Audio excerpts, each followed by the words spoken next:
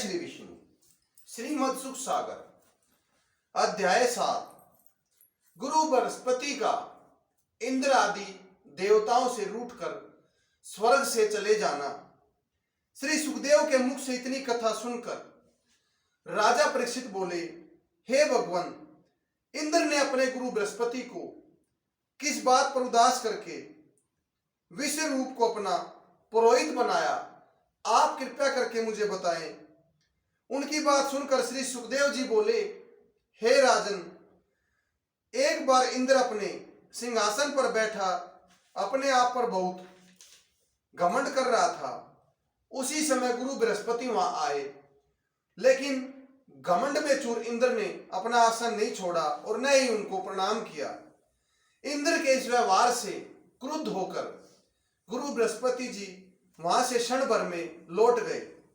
हे राजा परीक्षित, गुरु बृहस्पति देव के वहां से क्रुद्ध होकर चले जाने पर इंद्र को अपना अपराध बोध हुआ और महसूस हुआ कि सोचने लगा कि राज्य के अधिक अंधकार में मद में कितना अंधा हो गया हूं।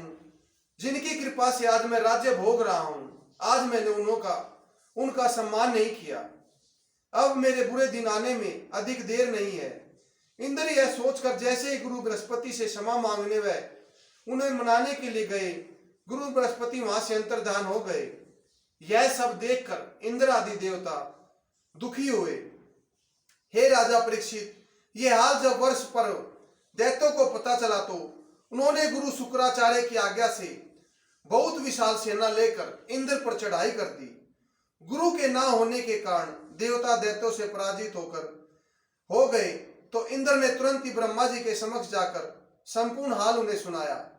इंद्र की बात सुनकर ब्रह्मा जी बोले, हे इंद्र, तुमने राज्य मद में चूर होकर गुरु का अपमान किया, लेकिन यदि त्वष्टा का पुत्र विश्वरूप कुछ दिनों के लिए तुम्हारा पुरोहित बनने को तैयार हो जाए तो यदि युद्ध में विजय प्राप्त हो सकती है, अन्यथा नहीं।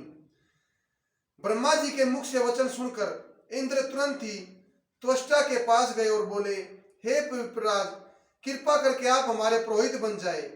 इंद्र की बात सुनकर त्वष्टा बोले, हे इंद्र, पुरोहित बन जाने पर ब्राह्मणों का न केवल तप व तेज घटता है, बल्कि नरक में जाकर सदैव के लिए सुख नष्ट हो जाता है।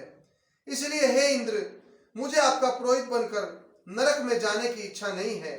हे राजन, त्वष्टा के मुख से सुनकर इंद्र उनकी प्रार्थना करने लगे, किंतु त्वष्टा ने अपने पुत्र विश्वरूप को इंद्र का पुरोहित बना दिया। हे राजन, विश्वरूप ने इंद्र को पुरोहित बनकर ऐसा यत्न किया जिससे इंद्र उस युद्ध में विजय प्राप्त कर फिर से अपने इंद्रासन पर आरूढ़ हो गया। जय श्री विष्णु।